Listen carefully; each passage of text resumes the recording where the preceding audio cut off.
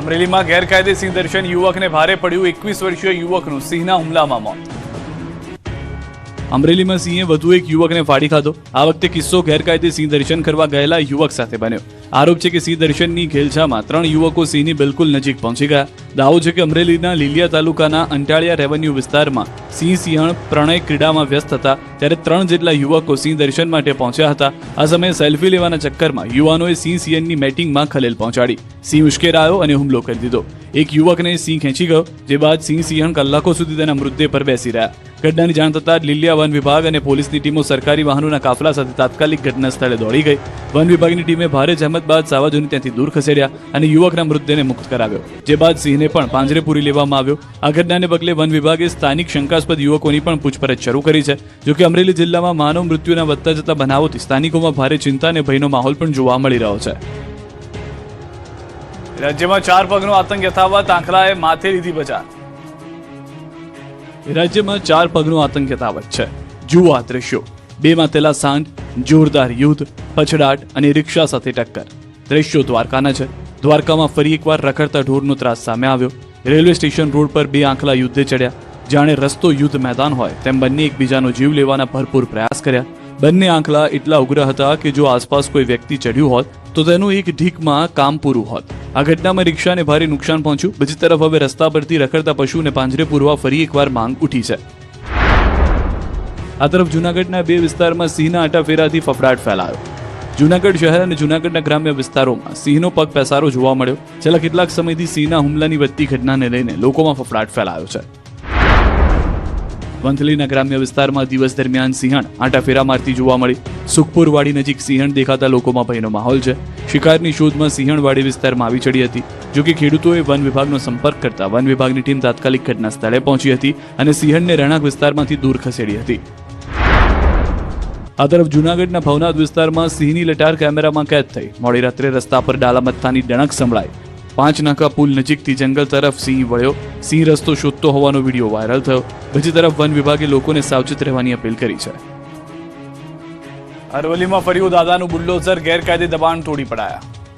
100 ફૂટનો road માંગતા હતા ને વચ્ચે કૂદી અમારા ઘર તોડો તમે બાલ બચ્ચા લઈને કઈ છે બાલ બચ્ચા લઈને અમાર કોઈ સહારો બી નથી। નથી ખાવાના પૈસા, નથી ઊંઘવાના પૈસા। હમણાં ઘર બાર તૂટી જાય તમે ક્યાં જશો? ઘર ગુમાવવું પડતા લોકોની આંખમાં આંસુ આવી ગયા। દ્રશ્યો અરવલ્લીના મોડાસાના છે। અહીં દાદાનું બુલડોઝર ફરી વળ્યું અને ગેરકાયદે દબાણો દૂર કરાયા। મોડાસામાં નગરપાલિકા અને વહીવટી તંત્રે દબાણ હટાવ ઝુંબેશ શરૂ કરી છે। મોડાસાના કોલેજ છાપરા વિસ્તારમાં કાર્યવાહી કરવામાં આવી।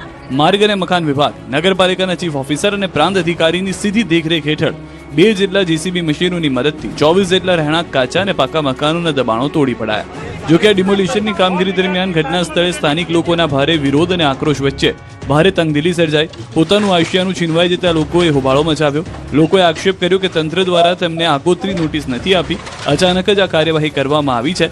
સ્થાનિકોના ભારે વિરોધને જોતા કોઈ અનિચ્છનીય ઘટના ન બને તે માટે પોલીસનો કાફલો ખડકી દેવામાં આવ્યો છે।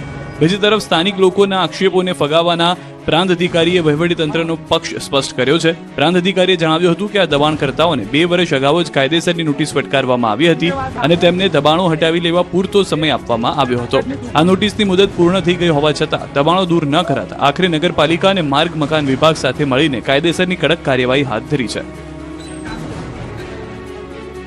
વડોદરામાં લક્ઝરી બસ અગનગોળો બની બનાસકાંઠાની હોટલમાં આગ।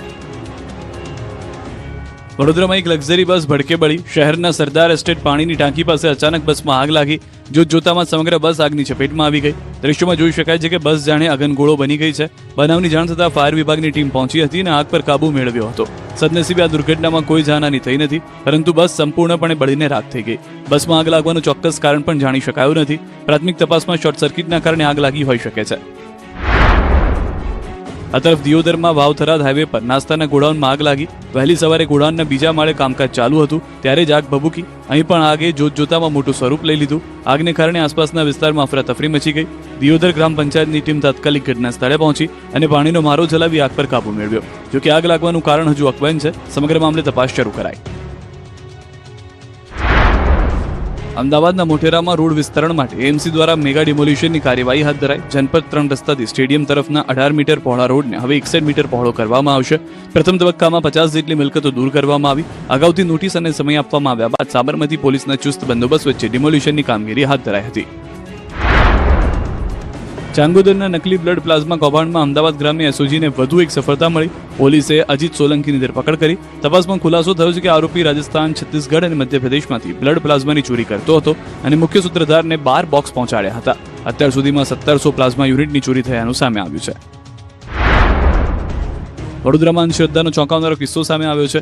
સગીરાનો સ્વભાવ ચીડિયો બનતા માતા પિતાએ તાંત્રિકનો સહારો લીધો. મન શાંત કરવાની વિધિના બહાને તાંત્રિકે સગીરાના ઘરમાં જ 2 વખત દુષ્કર્મ આચર્યું હોવાનો આરોપ છે. બીજી વખત વિધિ કરતા આવેલા તાંત્રિકનો પીડિતાએ મોબાઈલમાં વિડીયો ઉતારી લીધો હતો.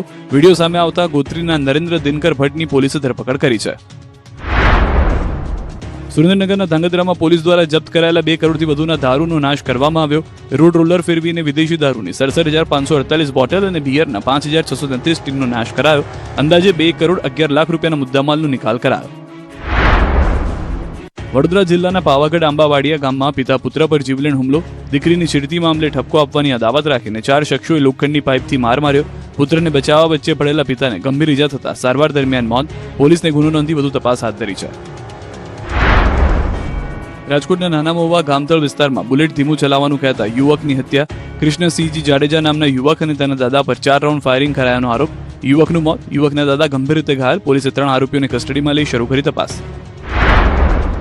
ભરૂચ જિલ્લાના હાંસોટ તાલુકામાં માનવતાને શર્મસાર કરતો કિસ્સો સામે આવ્યો. રાયમા ગામ નજીક નહેર પાસેથી એક નવજાત શિશુ મળી આવતા સ્થાનિકો 108 એમ્બ્યુલન્સને જાણ કરી. બાળકને સારવાર માટે હોસ્પિટલ ખસેડ્યું. બીજી તરફ હાંસોટ પોલીસે નવજાત શિશુને કોણ અને કયા સંજોગોમાં નહેર પાસે મૂકી ગયું તે અંગે તપાસ શરૂ કરી. અમદાવાદમાં હવે શ્વાન બાદ પાલતુ બિલાડીનું પણ રજીસ્ટ્રેશન ફરજિયાત કરવામાં આવ્યું છે. એએમસી એનિમલ એક્ટ હેઠળ આ નિર્ણય જાહેર કર્યો છે. હવે શહેરમાં પાલતુ બિલાડી રાખતા દરેક માલિકે બિલાડીની નોંધણી કરાવી ફરજિયાત રહેશે.